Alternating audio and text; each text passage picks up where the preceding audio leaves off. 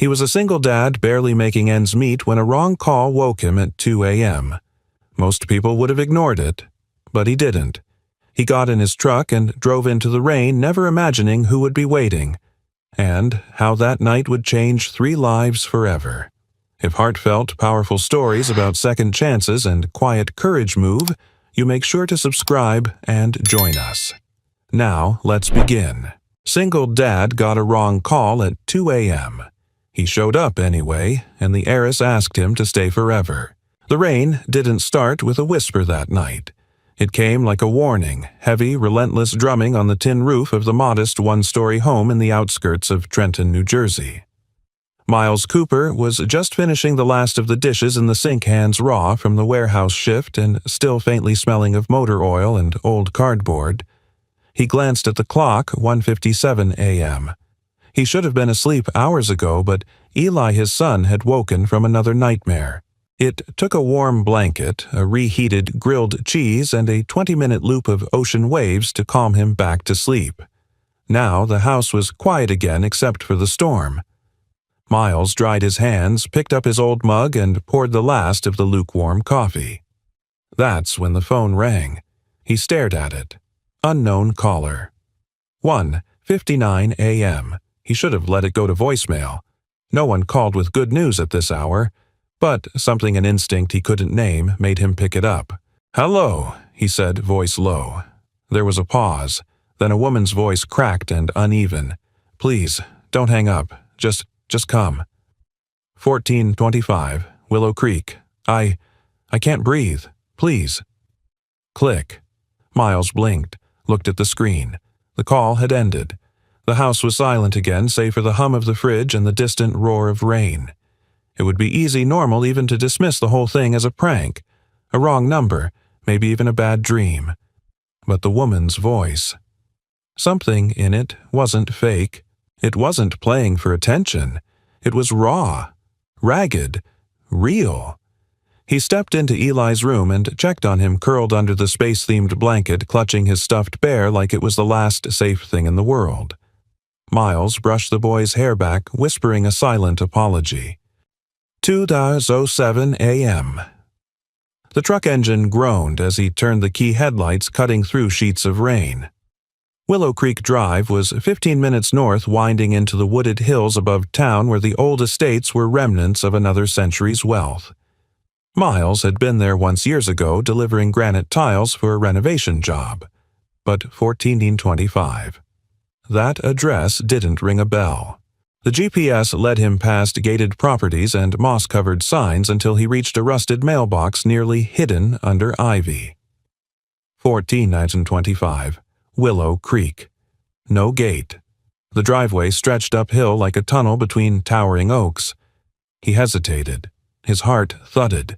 This was insane. He didn't know who was up there. What if it was a setup? But he thought of that voice again, the way it cracked like something had already broken inside it. He drove up the winding path. The mansion, if it could still be called that, stood like a shadow out of another time.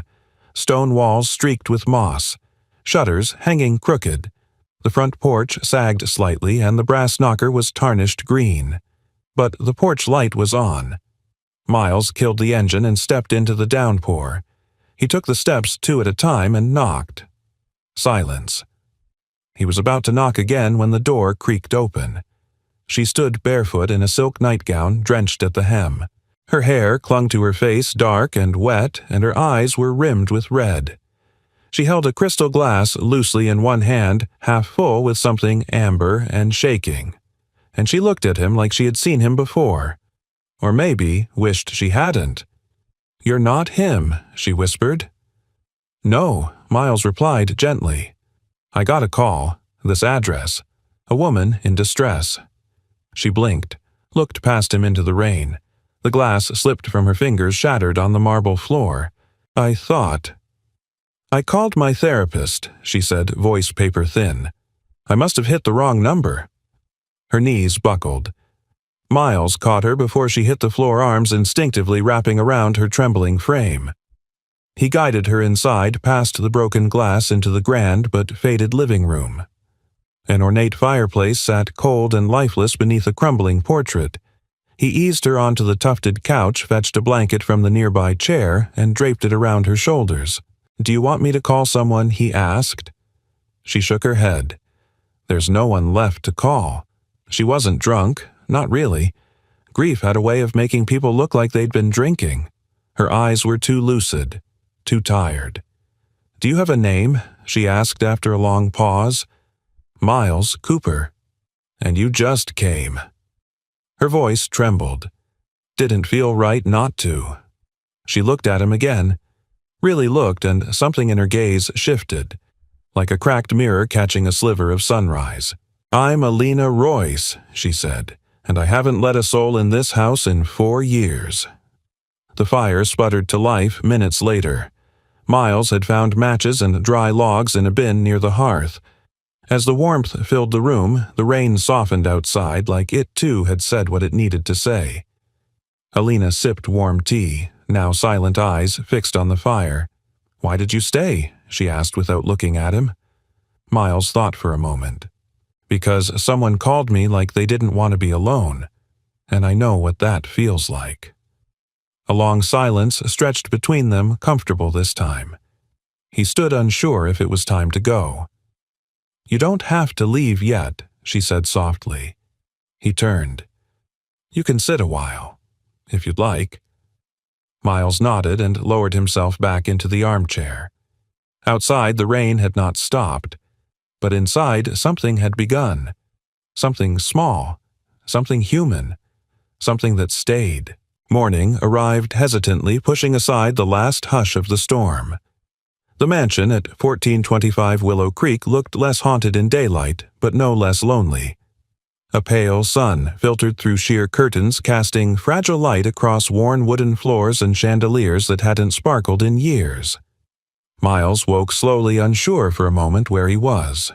The armchair beneath him had molded to his shape, and the smell of ash and old tea clung to the room. Across from him, Alina Royce still sat on the velvet couch, asleep, but upright, her blanket slipping from one shoulder like a forgotten promise. He checked his phone. 6:52 a.m. A few missed messages from his neighbor Mrs. Henley, who watched Eli when emergencies arose. He texted her back quickly, "All okay, we'll be home soon." As he slipped his boots back on, Alina stirred. "You stayed," she murmured, blinking into the half-light. Miles nodded. Didn't seem right to leave. She looked down at her lap. "I should be embarrassed. I must have fallen asleep mid-sentence. No need to apologize. You were tired." Alina pulled the blanket tighter around her and stared at the fire's dying embers. "I'm not used to people staying." Miles hesitated. "Do you want me to go?" She opened her mouth, then paused. "No," she said finally. "Not yet." They moved to the kitchen, once grand but now dusty with disuse. Miles found a French press in the back of a cabinet and some dark roast beans still sealed. The coffee was surprisingly good. Alina leaned against the marble island, cradling her cup with both hands as if to warm more than just her fingers. "You ever been here before?" she asked. Miles nodded. "Once. Years ago. I delivered stone tiles for a sunroom. Didn't know it was this house." Alina smiled faintly. "It was my mother's obsession. The garden conservatory. She believed beauty could fix anything." Could it? Alina was quiet for a long beat. Not the kind she meant. There was something delicate about her, like a snowflake caught between melting and freezing again. But beneath it was steel, Miles sensed. A woman who had known loss, not just sorrow. She didn't wear her grief like a wound. She wore it like armor. "Can I ask?" "What happened?" he said gently. Alina traced her finger along the rim of the mug. "It was a flight to Aspen. My parents, my younger brother, they'd gone ahead. I was supposed to follow the next day." She looked up, her voice thinning. The weather turned. Their plane went down over Wyoming. Private charter, no survivors. Miles lowered his gaze. "I'm sorry." "Don't be. Everyone was. For a while." Then the cards stopped, the calls, and people moved on like they always do. I didn't. You stayed here, I disappeared here, she corrected. I had money but no reason to spend it, a name but no need to say it. So I stopped. She sipped her coffee. Until last night. Until I panicked. Miles leaned forward. You didn't panic. You reached out. That's different. Alina tilted her head considering that. Maybe she said, but I still called the wrong number. He offered a half smile. Or maybe the right one, just not the one you intended. A flicker of something passed through her eyes, relief perhaps, or doubt softening for the first time in years. Mid-morning, Alina offered a short tour of the house. The vast corridors echoed under their steps. Faded family portraits lined the walls, smiling elegant people forever frozen in time. One painting stopped Miles in his tracks. A young boy about 10 stood next to a dog that looked half wolf. The boy had mischievous eyes and a face eerily like Alina's. Your brother? She nodded. Charlie. He was the only one who knew how to make me laugh until I snorted. Miles chuckled. That's a rare skill. They reached the conservatory glass walls and roof, now streaked with grime, but sunlight still streamed in like a memory. Ferns and forgotten vines clung to the stone. It was beautiful in a wild, unkempt way. This used to be my favorite place, she said, before I stopped growing things. Miles looked at her then at the dirt-crusted planters. You ever think about starting again? She shrugged. What for? Who would see it? You. Before he left, Alina walked him to the front door. She held it open, the wind tugging at her sweater sleeves. Thank you for coming, she said softly, even if you weren't supposed to. You're welcome. Miles hesitated. Look, my son, Eli, he's 9. He's different, special. If I'd told someone else last night I had to leave him with a neighbor so I could check on a stranger in a storm, they'd think I was crazy. Alina smiled, something flickering to life in her expression. But you did it anyway. Yeah, he said, because sometimes people need someone to show up. She nodded. Then after a pause, would you come back? Maybe, if you're ever not working. You know the garden could use some help. Miles didn't answer immediately. He thought of Eli, who always asked where he went, who often asked why his mother never came back. Maybe he said, if the coffee's as good next time. She laughed quietly. Deal. As he drove down the long, winding path back into the world, Miles glanced at the rearview mirror. The mansion still stood like a memory, but now it didn't seem so empty. And somewhere behind its windows, someone who hadn't asked anyone to stay in 4 years just had. The next few days passed like an echo. Miles couldn't quite shake. He returned to his daily routine, early shifts at the loading dock, grocery lists scribbled in fading ink, helping Eli with his reading exercises, but something had changed. It wasn't just the memory of the rain or the firelight warming Alina's face. It was the feeling that he'd been invited into someone else's silence and asked in a wordless way not to leave it behind. On Thursday evening, he found Eli sitting cross-legged on the living room rug, organizing his world into neat, color-coded piles, red cars, blue marbles, yellow blocks. Dad, Eli said without looking up, when people go away, does it mean you did something wrong? Miles froze. His heart tightened in that slow, familiar way. Nobody, he said, gently kneeling beside him. Sometimes people go away because they don't know how to stay. That's not about you. You came back, Eli said, setting a red car down carefully. Miles smiled. Always. That night, while Eli slept with his hand still resting on the edge of a toy fire truck, Miles sat at the kitchen table with a mug of tea and his phone. He stared at Alina's number still saved as unknown, his thumb hovering over it. Then he pressed call. She answered on the second ring. Miles. Hey, he said. Hope it's okay. I called. More than okay, she replied. I was hoping you might. I was wondering if the garden still needs help. A soft laugh. It needs more than help. It needs a resurrection. I've got Saturday off. Come by. I'll make coffee." And just like that, he was going back. Saturday morning arrived crisp and gold with early spring light. Eli insisted on coming, and Miles hesitated. Alina hadn't met him yet, not really. What if it overwhelmed her? But something in his son's quiet hopefulness made him say yes. They pulled up to the estate just after 9 a.m. Eli sat silently in the passenger seat, eyes wide as the old house came into view. "It looks like a castle," he whispered. Alina stood at the door before they knocked. She wore jeans, gardening gloves, and a flannel shirt with sleeves rolled to her elbows. The sight of her outside that house looking more alive than the first time they met struck Miles like sunlight through clouds. "You must be Eli," she said, crouching down slightly. "I've heard good things." Eli glanced at his dad, then nodded once. "I like castles." "Then you're going to love the greenhouse," she smiled. The conservatory was a glass and iron skeleton of its former self, overgrown and tangled, but still beautiful. Ivy reached toward the cracked panes like it was trying to remember the shape of light. Soil sat dry in the planters. Beneath one table, a broken trowel lay like a forgotten relic. "This is where my mother used to teach me Latin names for flowers," Alina said, brushing dust from a terracotta pot. "I hated it.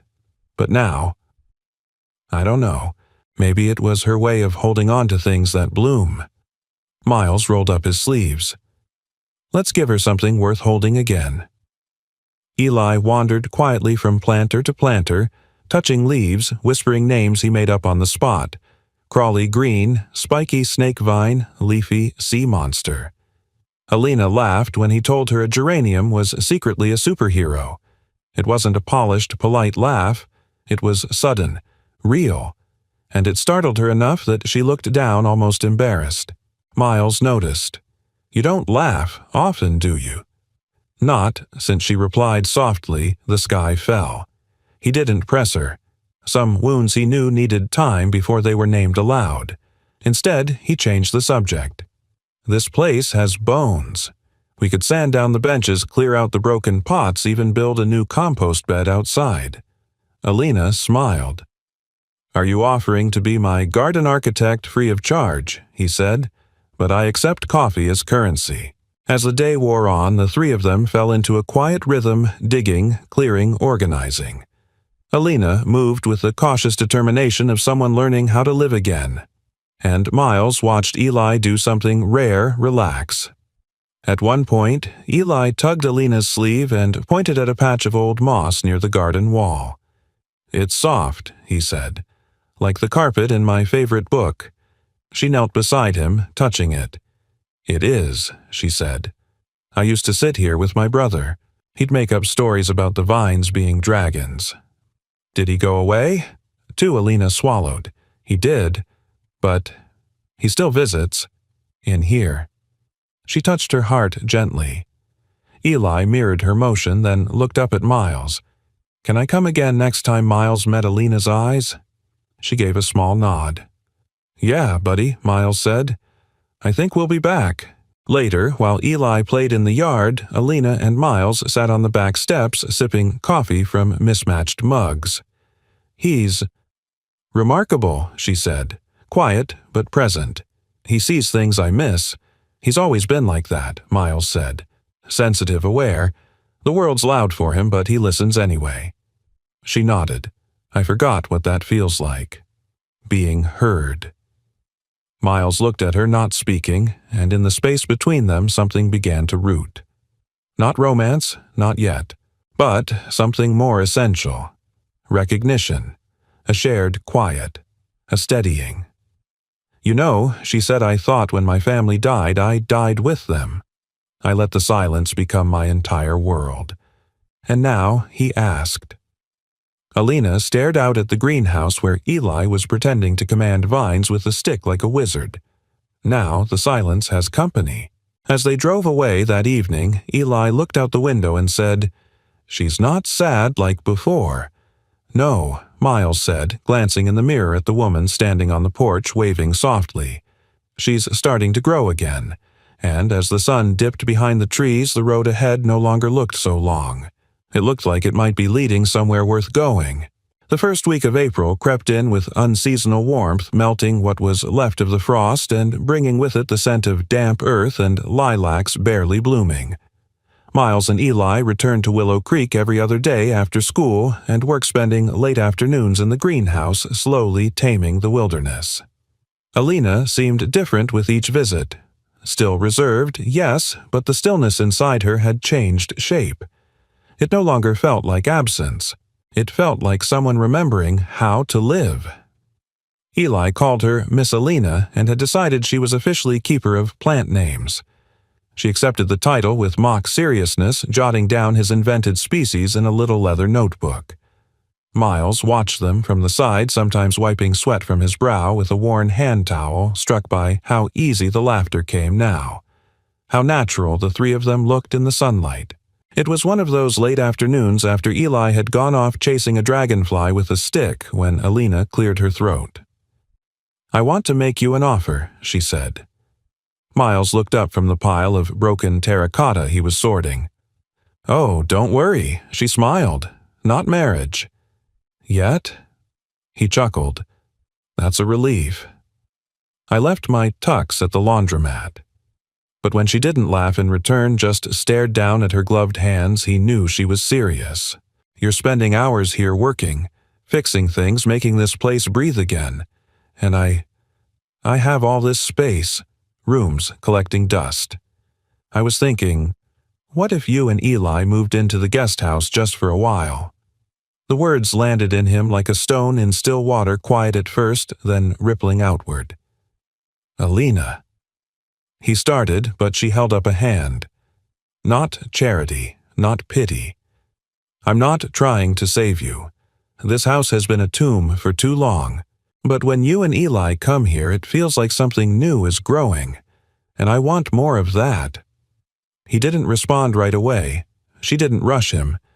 He looked past her to the greenhouse now cast in the gold of the setting sun, where Eli crouched beside a cluster of budding tulips.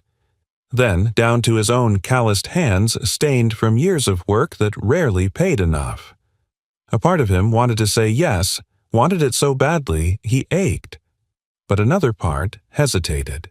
"I've spent my whole life working for everything we have," he said slowly. "We don't take handouts. I've made a point of that. For Eli's sake."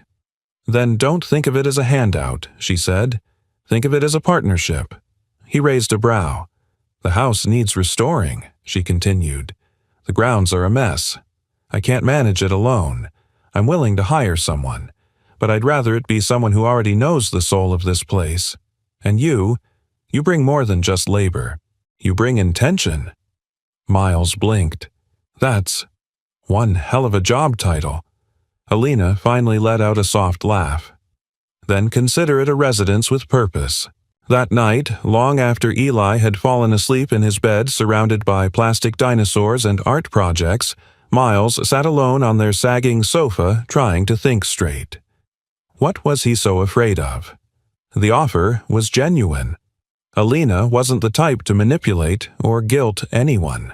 And truthfully, their current apartment was falling apart, leaky pipes, spotty heat, and the constant drone of traffic through thin windows. Eli hated it, especially the unpredictability of loud noises at night. But they'd survived worse. Still, what would it mean to live there? In her space, would they be guests, workers, something more complicated? He thought of Eli that afternoon running barefoot through the grass completely at ease. He thought of Alina not as the heiress or the recluse, but as a woman still quietly rebuilding herself who had looked him in the eye and asked him to stay. The next morning, he packed up a box of Eli's books and some basic tools and drove back up the winding path to Willow Creek. Alina was on the porch when he pulled in reading with her feet tucked beneath her on a bench wrapped in a light shawl. He held up the box as he stepped out of the truck. "I assume this means yes," she said, standing. "It means we'll give it a try," he replied. "On 2 conditions. Go on." "1, I want to help with utilities and maintenance. Not just labor. Shared responsibility. Fair." "And 2, he said, grinning, Eli gets his own garden bed. Alina laughed. Non-negotiable. They settled into the guest house that weekend. It was smaller than the main estate, but charming stone walls, ivy climbing up the chimney, and a kitchen that smelled faintly of rosemary. Miles worked on minor repairs during the day, and Eli started painting a mural on the garden wall with Alina's encouragement, a messy, brilliant swirl of trees, animals, and stars. That Sunday evening, after Eli had fallen asleep curled against a pillow he declared smelled like leaves, Miles and Alina sat on the back steps watching the fireflies blink to life. "It's strange," she said, voice low. "I thought I'd feel like I was losing something. Giving up control, letting someone in. And do you—" She shook her head. "No, it feels like I'm getting something back." He didn't speak. He didn't need to. They sat in the stillness side by side, not touching but tethered by something just as strong. The moon rose full over Willow Creek that night, casting the house and its gardens in soft silver. And for the first time in years, every window glowed with light. By the second week of April, the estate was breathing again. Not just metaphorically real breath. The kind that rose from tilled soil, drifted through open windows, and clung to skin like pollen. Birds had returned to the oak branches, and even the old house seemed to creak a little less under its own weight. In the early mornings, Miles would wake to Eli's excited footsteps bounding down the stairs of the guest house, eager to check on the seeds he and Alina had planted. Sunflowers, tomatoes, something they called dragon peppers, though Alina insisted they were bell peppers. She let him believe otherwise. That Tuesday morning, Alina waited in the conservatory with 2 cups of coffee and a clipboard. "Good morning, resident groundskeeper," she said as Miles stepped in, wiping his hands on a rag. "Resident, I'll accept. Groundskeeper jury's still out." She handed him one of the mugs and tapped the clipboard. "I made a list. Don't judge me." He glanced at the paper. Notes, sketches, and color-coded to-do items filled the page. It was obsessive in the most endearing way. "Alina, this is either genius or mild madness." "Both," she replied cheerfully. "I used to do this kind of thing when I was still in corporate, except it was boardroom layouts and event charts. You worked in the family business." Her smile faltered slightly. "For a while, until everything ended." Miles sipped his coffee, giving her space. "I wasn't supposed to be the heiress, you know," she added quietly. "Charlie was the favorite, the golden one. He was younger but more like my father, charming, bold, always the one with the bright ideas." She reached into a drawer beneath the old potting bench and pulled out a worn photo. 2 kids sitting in the sun mud on their clothes, a garden hose coiled nearby. The boy was grinning. The girl, Alina, had dirt smudged across her cheek, but a rare, genuine smile. "He wanted to build a flower maze," she said. "Said we could charge tourists $5 to get lost." Miles laughed gently. "Smart kid. He was brilliant, and impulsive, and kind." She paused, and then one winter he didn't want to wait for the family to travel together. Took the earlier flight, the one I was supposed to be on. The weight of her voice landed softly like snow. "I changed my ticket last minute. Cold feet, or maybe just intuition. I told him I'd meet him there. And then—" Miles reached out and placed a hand gently over hers. "You're not responsible for that choice." "Aren't I?" she whispered. "I stayed." He didn't. "You survived," he said. "That's not a crime. It's just cruel math." She looked at him, her eyes brimming but not yet spilling. "It still feels like betrayal." Later that afternoon, Eli came running through the conservatory doors, waving something in his hand. Miss Alina, look." He held out a small leaf shaped like a heart speckled with purple. "I found this near the willow. It's magic." Alina crouched to his level, studying it like a rare specimen. "You might be right. I've never seen one quite like it." Eli beamed. "Can I put it in my book?" "Only if you give it a proper Latin name," she teased. "Hardicus purplina." Miles chuckled from across the room. That's got scientific journal written all over it. As the two of them cataloged the new discovery, Miles stepped outside and wandered toward the west side of the house, an area he hadn't explored much yet. Ivy tangled thick here, and a path of broken stones led to a smaller enclosed garden surrounded by rusting wrought iron fencing. Curious, he nudged the gate open. It creaked in protest. Inside was a quiet alcove, circular and intimate. Overgrown roses sprawled across trellises. A cracked marble bench sat beneath an arch of flowering dogwood, and in the center a small stone pedestal. Atop it, a plaque, tarnished but legible. To Charles Royce, who made everything grow. Miles exhaled slowly. A memory garden. He didn't touch anything. He didn't need to. The air carried something sacred, grief, yes, but also celebration. A place built by love, not obligation.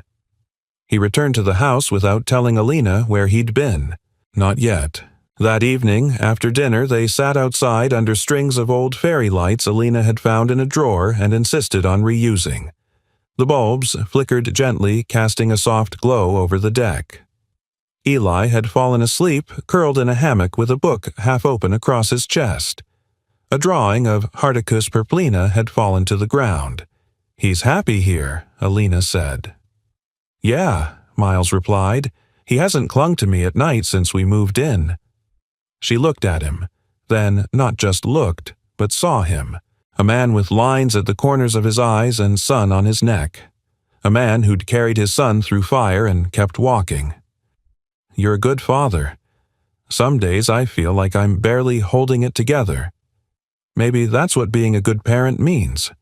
Holding it anyway." The silence that followed wasn't awkward. It was full. Alive. Like soil that's just been turned. "Thank you," she said softly. "For what? For not asking me to be someone else. For not fixing me." Miles smiled, quiet and warm. "You're not broken. Just growing back." They sat like that until the stars bled into the sky and the night folded over them like a gentle quilt. And from inside the house, unseen but steady light spilled onto the porch, the kind of light that could only come from people staying, from people belonging. The day the storm returned wasn't marked by thunder or flash. It arrived quietly, an unease in the air, the kind that makes animals restless and people pause mid-sentence without knowing why. The morning had been soft and uneventful. Eli spent an hour in the conservatory with Alina painting ladybugs on rocks and lining them up along the windowsill. Miles had fixed the hinges on the back gate and started building a new trellis with reclaimed wood from the barn. But by late afternoon the sky had dimmed. Not in a dramatic cinematic way, just a slow dimming of color as if someone were turning the saturation down on the whole world. Alina stood in the greenhouse doorway, arms crossed, watching the sky, the way someone watches a familiar wound about to open again. Miles approached, wiping his hands on a rag. "You okay?" She didn't answer at first. "Do you ever feel it?" she asked. "Like something inside you knows it's going to unravel again." He studied her carefully. "Sometimes." "Yeah." She forced a small smile, but it didn't reach her eyes. "I'm going to make tea." Inside, Eli sat at the kitchen table drawing a new flower he had invented. He looked up when Alina entered and immediately sensed the shift. "Is it going to thunder, I think?" So she said, trying to sound light. "Will it be loud?" Alina hesitated, then crouched beside him. "It might be, but we're safe here." He nodded slowly, tracing a line on his page but not finishing it. From across the room, Miles watched. Something in Alina's posture had changed. Rigid, guarded, like someone preparing for impact. The rain came around 6. First a drizzle, then a downpour. Eli tried to stay calm, but the sound of water pounding the roof, thick, relentless, unfamiliar, started to unnerve him. He paced the guest house, his hands flapping slightly, eyes darting to every creak. "It's not like at home," he whispered. "It's louder." "I don't like it."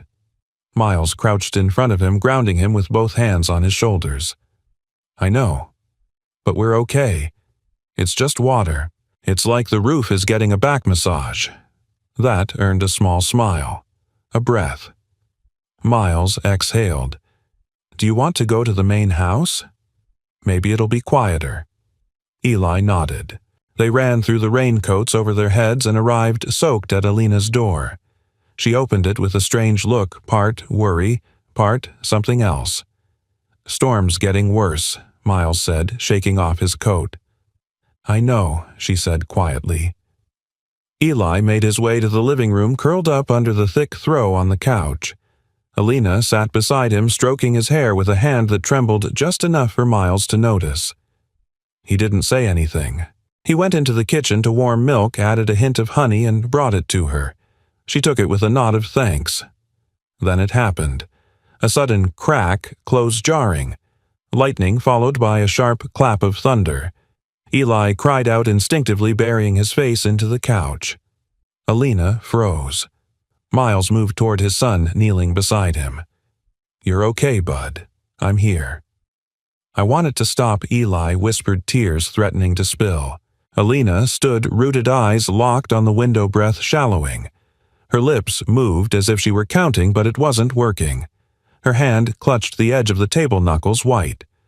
Alina, Miles asked gently. She didn't respond. Instead, she turned and walked quickly toward the hallway. He waited until Eli had settled again, head resting on a pillow, eyes closed but not asleep. Then he followed her. He found her in the darkened study, back pressed against the bookcase, chest rising and falling too fast. She didn't see him at first. Breathe with me, he said softly, stepping in front of her. In and out. She shook her head, tears spilling down now. I thought I was okay. I really thought you are okay, he said firmly, but it's a storm, and storms wake up things we bury. She sank to the floor, shoulders trembling. I should have been on that plane.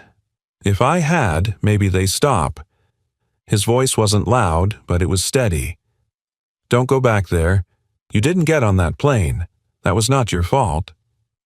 Then why does it still feel like I broke everything by surviving? Miles knelt beside her, voice quiet but unwavering. Because grief lies. It tells you that your survival cost something it didn't. You didn't take anything from anyone. You lost, too. She wiped her face, shaking her head. I was supposed to take care of Charlie. I promised my mom. You were a sister, not a shield. Silence stretched between them, heavy but necessary. Then after a moment she whispered, I'm scared of being whole again. Of forgetting. You're not forgetting, he said. You're making room. Later, when the storm had passed and the wind softened into rustling leaves, Miles returned to the living room.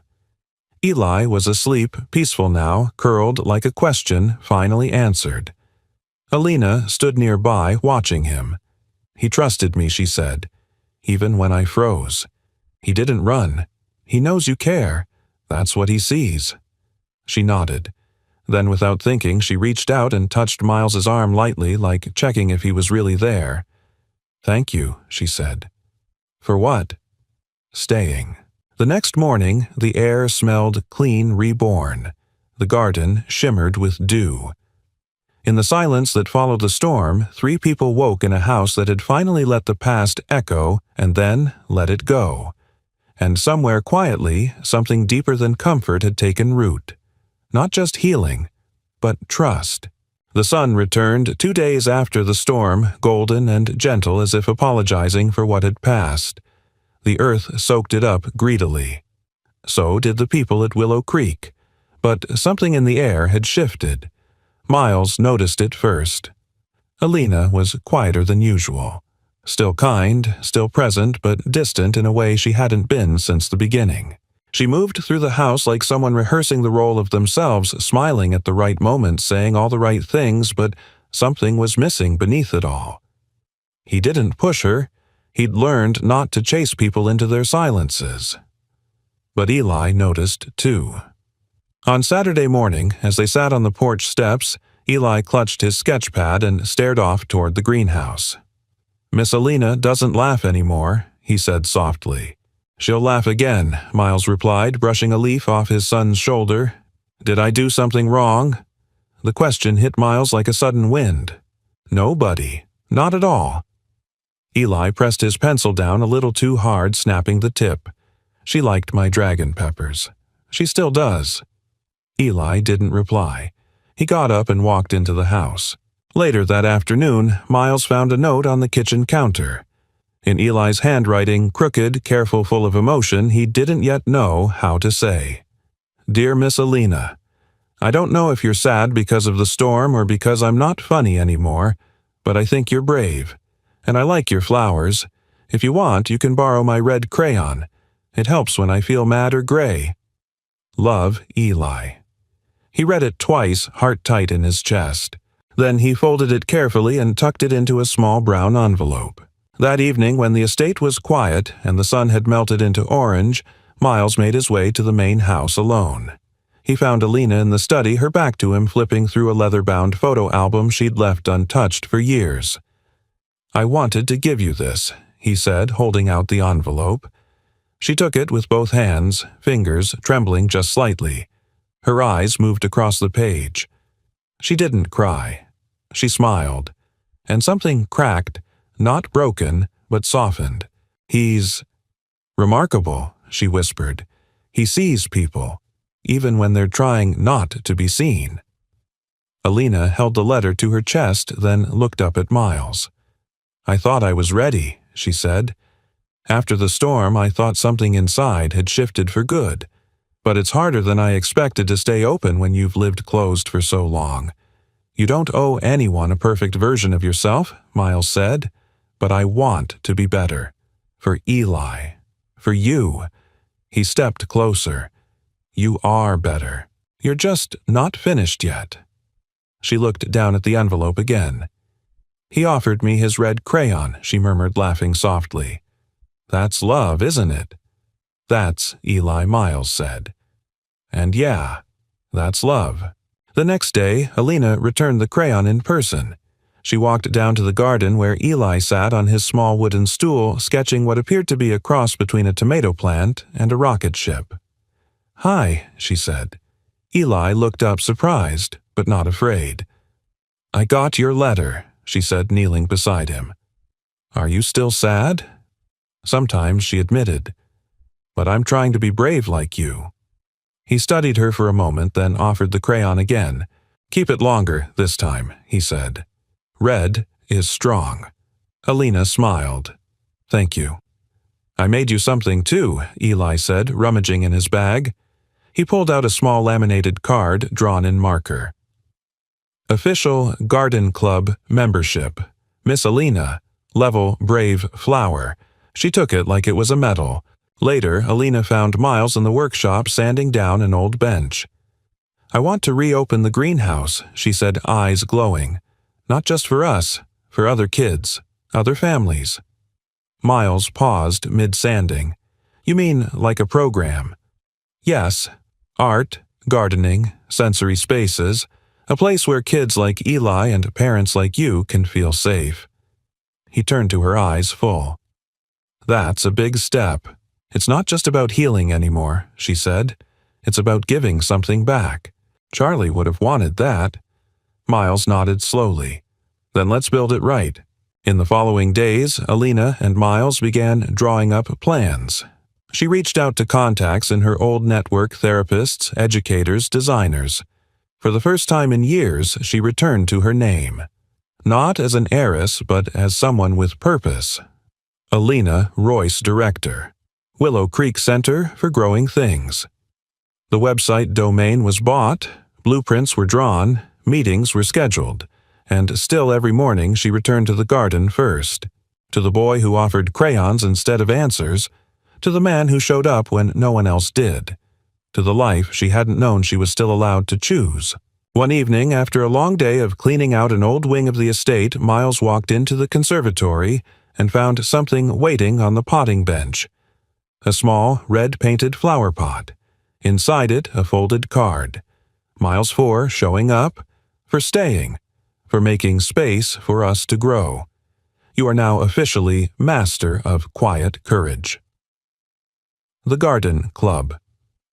Underneath it, drawn in bold strokes by Eli's hand, was a badge with stars and a wrench crossed with a flower. Miles laughed, then blinked hard, then placed the badge in his wallet like it was made of gold. That night, under a full moon, Willow Creek shimmered with more than dew. It shimmered with belonging, with hope, and with the unmistakable joy of someone who had returned not just to a house or a garden, but to herself. The reopening of Willow Creek had begun as a whisper, but quickly grew into a chorus. What had once been a quiet refuge was now humming with the sounds of revival tools clinking, plans unfolding, and laughter echoing through the once-abandoned hallways. Local therapists had toured the space. Teachers had expressed interest. Donations started trickling in after Alina quietly shared the vision online. For the first time in a long time, she wasn't hiding. But not all ghosts stay buried. It was a Wednesday morning when he showed up. Miles was loading soil into the new sensory garden bed out back, and Alina was inside preparing for a Zoom call with a children's wellness nonprofit. A sleek black BMW pulled up the gravel drive like it didn't belong, and knew it. The driver's door opened and Lucas Harrow stepped out.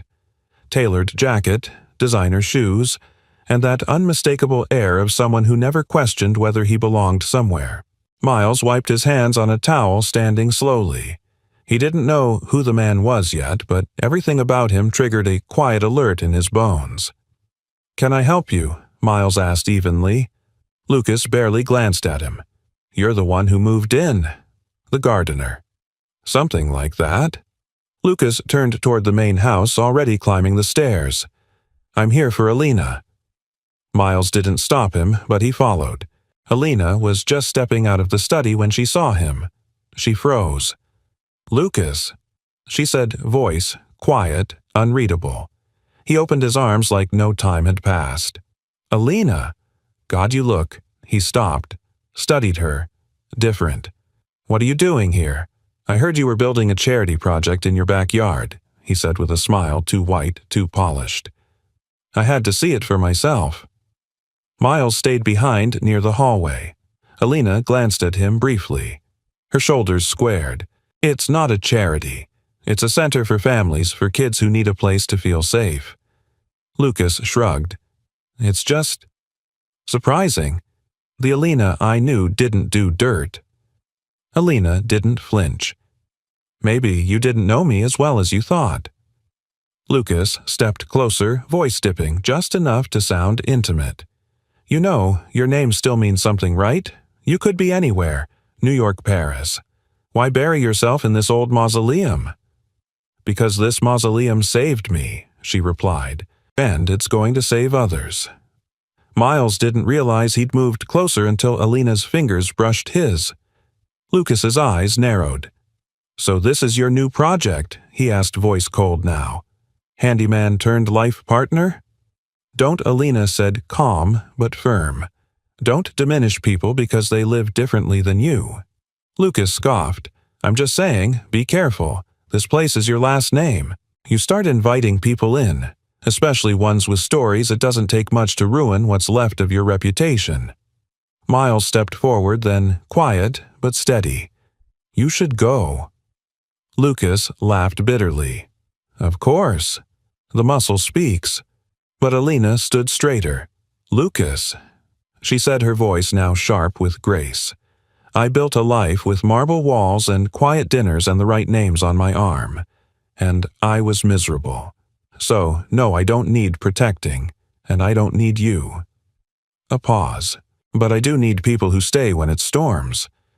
Lucas opened his mouth, then closed it again. For once, words failed him. After he left, Alina stood on the porch in silence. Miles joined her, not speaking. She exhaled slowly.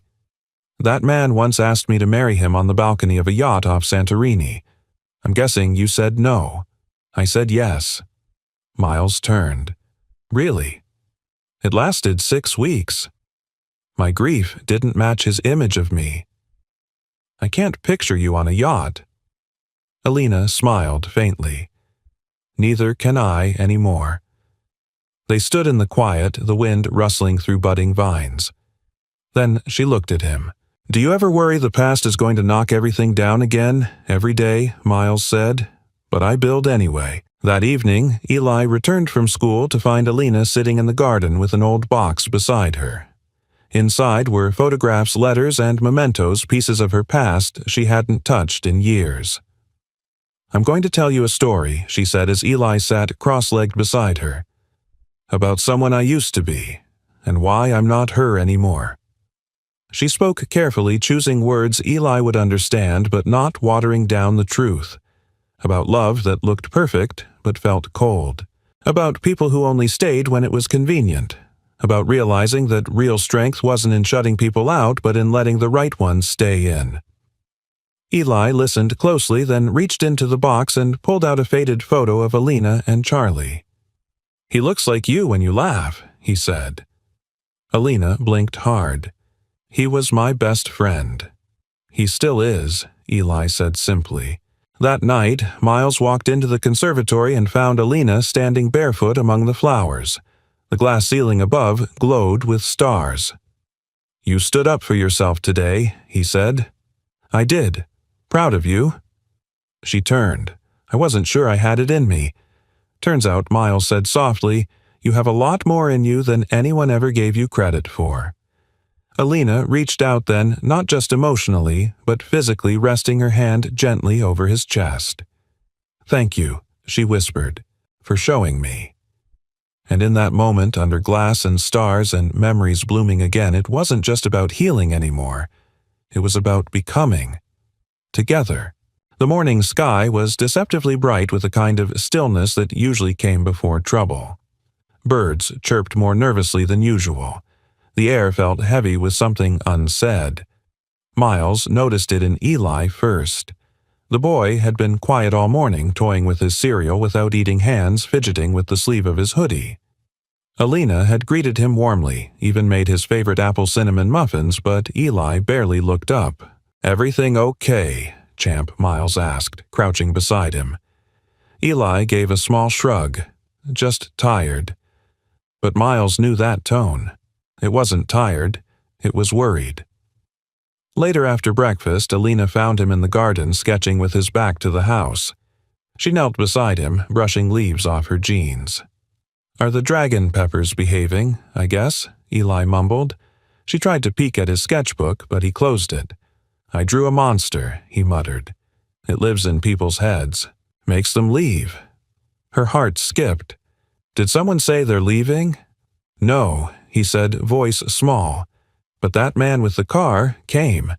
And grown-ups get weird when that happens. They forget things, like how to stay. Alina swallowed hard. Eli, listen to me, she said, kneeling to meet his eyes. When someone makes you feel like you don't belong, it's not about you. And when someone does make you feel safe, that's real, and it's not going anywhere. But he looked away, unconvinced. By noon, Eli had vanished. Miles noticed first. 1 minute he was trimming vines along the fence. The next, Eli's sketchpad was left open on the garden bench, pages fluttering in the breeze. Panic hit like a gut punch. Alina, he called, already running. Where's Eli? She appeared from the back corridor, eyes instantly widening. He was just in the garden. He's not there now. They searched the greenhouse, the guest house, every hallway, every closet. Nothing. Then Alina spotted the broken latch on the side gate, a muddy sneaker print, leading toward the woods behind the estate. The forest was dense damp from last week's storm. Alina ran beside Miles' branches, scratching her arms, breath ragged but unstoppable. He doesn't do well in unfamiliar places, Miles said. He shuts down, or gets fixated. What would he fixate on? Miles blinked. The old train line. He read about it in a brochure, said it was where the quiet goes. Alina's eyes sharpened. I know where that is. They split paths, Miles circling the perimeter, while Alina cut through the lower ridge where wildflowers grew in clusters and the old rail lines curved toward the river. That's where she saw him, Sitting on the mossy edge of a broken platform, knees pulled to his chest backpack beside him like a loyal dog. Alina stopped a few feet away, catching her breath. Eli. He didn't turn. "You found me fast," he murmured. "You didn't want to hide," she said gently. "You just didn't want to feel invisible." He wiped at his face with his sleeve. "I thought maybe if I disappeared first it wouldn't hurt as much." Her voice broke slightly. "Is that what you think we'll do?" Eli didn't respond. Alina sat beside him, silent for a long moment. Then, without speaking, she took off her cardigan and wrapped it around his shoulders. "When my brother died," she said slowly, "I thought everyone else would leave too. So I started pushing them away before they could." She turned to him. "But then, you gave me a red crayon." Eli sniffled. "That's just a crayon." "No, it was a bridge. It meant, I see you. And you know what, Eli, I see you. And I'm not leaving." He looked up at her, eyes glassy. "Not even if the man with the car comes back. Especially not then." Miles arrived minutes later, nearly collapsing with relief. He dropped to his knees and pulled Eli into a hug so tight the boy squeaked. "You scared me, bud," he whispered into his hair. "Sorry," Eli murmured. "I thought you were going to go away." "Never," Miles said. "You hear me? Never." Alina stood a step back, her arms crossed over her chest as if holding in something sharp and raw. Miles rose and looked at her. "He said he thought we'd leave because Lucas came." She nodded. "We need to show him what staying looks like." That evening, back at the estate, Eli sat between them on the porch, swing a blanket over his lap and hot cocoa in hand. The stars peeked through clouds above. Crickets hummed. "I think I don't like goodbye," Eli whispered. "Me neither," Alina said. "So let's make a rule, no goodbyes here.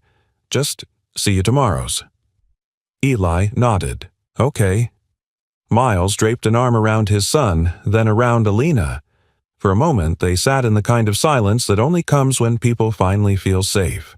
"You know," Miles said softly, "for a runaway you left behind a pretty clear trail." Eli grinned. "I meant to. I wanted you to find me."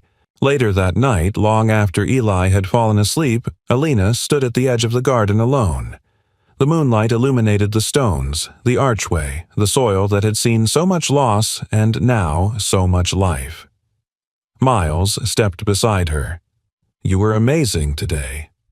"No," she said. "I just followed my heart." "Exactly." She turned to him, eyes searching his face. "Do you think it's really possible to be whole again?" "No," he said, brushing a strand of hair from her cheek. "But I think it's possible to be real and loved. And that might be even better." And then, slowly, like the first unfurling of a bloom, long in winter, she leaned into him. No words, just presence. And the quiet, certain truth that this time, no one was going anywhere. 3 weeks after the runaway scare, Willow Creek had not only recovered, it had transformed. The broken parts had not vanished, but they had been woven into something stronger. Like the cracks in old stone filled with gold in Japanese kintsugi, the estate had become more beautiful because of its past, not in spite of it. The greenhouse sparkled again, not just with sunlight bouncing off freshly cleaned glass, but with life. Planters bloomed with wildflowers. Vines curled lovingly along new trellises, and along one entire wall, hand-painted tiles bore names of children who had visited the property. Eli, Hardicus, Maribel, Theo, and many others written in wobbly letters. Alina stood at the edge of the garden in a sundress clipboard and hand hair in a loose braid that she'd stopped pretending needed to be perfect. Around her, volunteers from the community moved in a practiced rhythm, hauling mulch painting benches, preparing for the big event tomorrow, the garden unveiling. "Do you know what today is?" she asked Miles, who was fixing the final slat on the new sensory wall. He looked up, wiping sweat from his brow.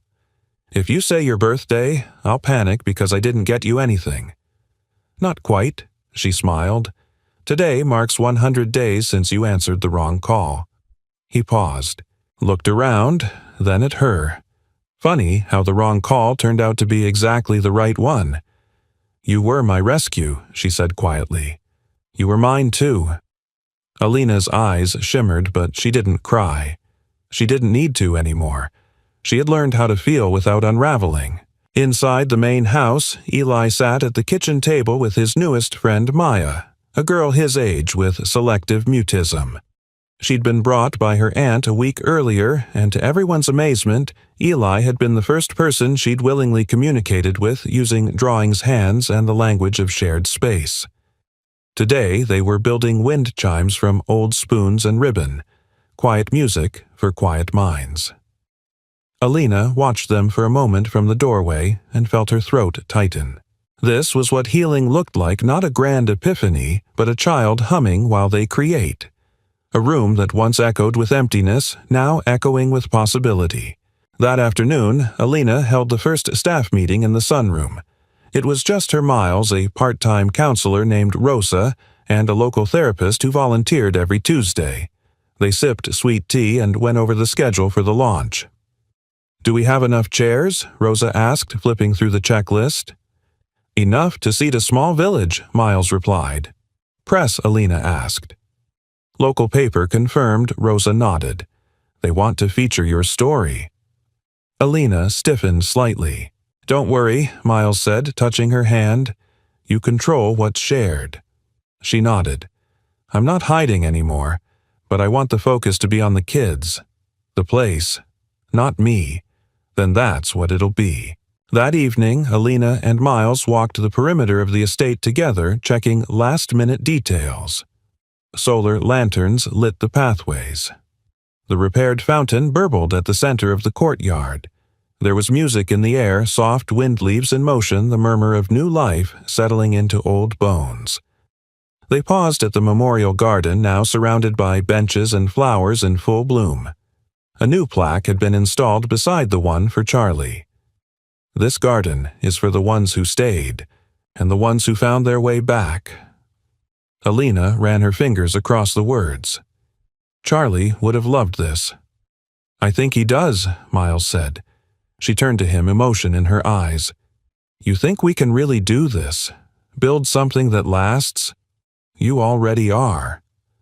"I never planned any of this," she whispered. "I was just trying to survive. Surviving is where most beautiful things begin," he said. Back inside, Eli sat on the couch barefoot, reading a book out loud, quietly as Maya traced the words with her finger beside him. "Do you think we'll have balloons tomorrow?" he asked as Miles tucked him in later that night. "I think we'll have too many." Miles smiled. "What color do you want, green? Like growing." "Perfect." Eli looked up at him. "You think Miss Alina's happy now?" Miles paused. "Yeah, I do. She has the smile that stays now, not the sad kind." Later in the conservatory, Alina stood barefoot among the blooms watching fireflies blink across the lawn. Miles stepped behind her, wrapping his arms gently around her waist. "We're not who we used to be," she said. "We're better." "What if something happens again? What if this is temporary?" "Then we love it while it lasts," Miles replied, "and fight to make it stay." She leaned back into him. "I'm scared," she whispered. "So am I. But I'm not leaving." The words settled into her like roots finally breaking through stone. The night before the garden unveiling, the house glowed with a soft golden stillness. No alarms, no ghosts, only peace. Outside, beneath a sky inked with stars, Miles turned to Alina and reached for her hand. "There's something I want you to know," he said. "What? No matter what comes tomorrow or the day after that, this is home. You, Eli, me, this weird, wonderful patch of earth. It's not where I expected to be, but it's where I was always meant to arrive." She closed her eyes. "Then stay. Forever," he whispered. And in that moment, quiet, lit only by moonlight and the warm breath of spring, the house that had once been a mausoleum became something new. A sanctuary. A beginning. A promise kept. The morning of the garden unveiling arrived bathed in gold. Not the harsh kind, but soft light, gentle and full, as if the sun itself had slowed down to witness something sacred. Alina stood on the wraparound porch barefoot, and still a mug of tea warming her hands. From this vantage point she could see it all, the banners fluttering from the willow trees, the canopies being raised, the tables lined with hand-painted pots and tiny jars of wildflower seeds with tags that read, "Take something that grows." What struck her most was the sound, not silence, not the brittle echo of loneliness that had defined this house for too long, but the music of people arriving, children, laughing volunteers, calling out friendly greetings, shoes crunching gravel, the low hum of new beginnings. Behind her, inside the house, Miles was helping Eli into the green shirt they'd picked out together. The one he'd insisted matched the garden. Maya, now a constant weekend guest, helped pin a leaf-shaped badge to his chest that read, "Junior Garden Guide." The title was his idea. The pride in his eyes. That was all Alina. She exhaled, pressing her palm to her heart. This wasn't just a ceremony, it was a return. To life, to joy, to herself. The guests arrived slowly at first. Neighbors, teachers, parents of children with special needs who had heard about the sanctuary Alina was building. Then more came strangers with curious eyes, caregivers holding trembling hands, skeptics who left with tear-stained cheeks. Alina stood by the gate as they came through, greeting each with a softness that was no longer learned but lived. "Welcome," she said, again and again, and meant it. Miles stood just behind her, offering water bottles, directions, and the occasional joke. His quiet, grounding presence was like the fence posts around the property, unmoving, always there, holding the structure in place. And Eli, he led 3 younger children on a tour of the garden beds, explaining how the flowers were not just pretty but strong, and how dragon peppers were definitely real, even if the grown-ups said otherwise. He didn't flinch when one child cried. He didn't run when the crowd got loud. He stayed and shined. At noon, Alina took the small stage beneath the sycamore tree. Rosa had offered to speak, but Alina shook her head. No more hiding. She stepped up, adjusted the mic, and paused to let her breath catch up with her heart. Some of you know me. Many of you don't. My name is Alina Royce. This house belonged to my family for generations. It has seen holidays, heartbreak, laughter, and silence. For a long time after my family died, I lived in that silence. I thought it was safer. I thought healing meant disappearing. She looked down, then up again. But then a stranger answered a phone call that wasn't meant for him, and he showed up anyway. Her eyes found Miles in the crowd. He smiled just a little and lowered his gaze like he couldn't quite hold the weight of what he meant to her. That one act of kindness unraveled everything I thought I knew, and planted something new. So today we open these gardens not just in memory of those we've lost, but in honor of those who stayed, those who show up, those who say, "You are not alone." She gestured to the children now planting sunflowers in the memory bed. This is for them, for you, for anyone who ever wondered if hope has a place in the world. It does, and it grows here. The applause wasn't thunderous. It was better. It was sustained, warm, real. That evening, after the last car had driven away and the lanterns still glowed like low stars along the path, Alina, Miles, and Eli sat in the greenhouse surrounded by what they had built. Not a charity, not a monument, a life. I liked today. Eli said, his voice thick with the haze of impending sleep. Everyone felt safe. "You helped make that happen," Alina replied, stroking his hair. "I think I want to stay here forever." She looked up at Miles. "Me too." After Eli was tucked in, Miles returned to the conservatory to find Alina sitting in the middle of the floor, the moonlight bathing her in silver. In her lap was a small box he hadn't seen before.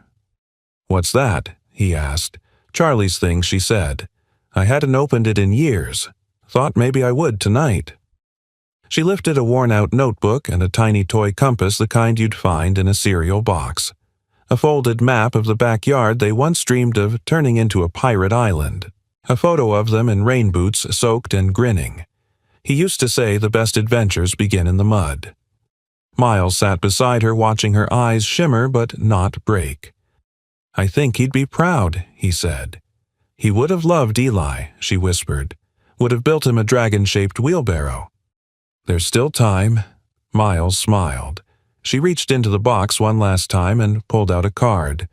"Handmade, crayon and construction paper. To Alina. You're the brave kind, the staying kind. Issy." She looked at it, then at Miles. "I want that to be us. Not just visitors in each other's lives. I want to stay." "Then stay," he said, taking her hand.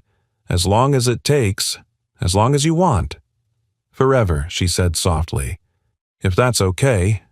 He kissed her, then light at first, then deeper, like affirmation, like sunrise, like the end of one long storm and the start of a life rooted in peace. The last light in the house went out just before midnight. But inside every room, the warmth lingered. The kind of warmth that doesn't flicker out with candles or fade with applause. The kind of warmth that remains. Because love, real love, isn't built on grand declarations or perfect days. It's built on presence, on quiet choices, on staying even when no one asked you to. And that's what they became. The staying kind. The growing kind. The kind of love you believe in again, because it came in the rain and never left. We'd love to know, where are you watching from? Share your city or country in the comments below. It always amazes us how stories like this can reach hearts all over the world. And if this story touched you, don't forget to subscribe for more heartfelt tales of kindness, hope, and the power of second chances. Thank you so much for watching. Your time, your presence, and your heart mean more than you know. See you in the next story.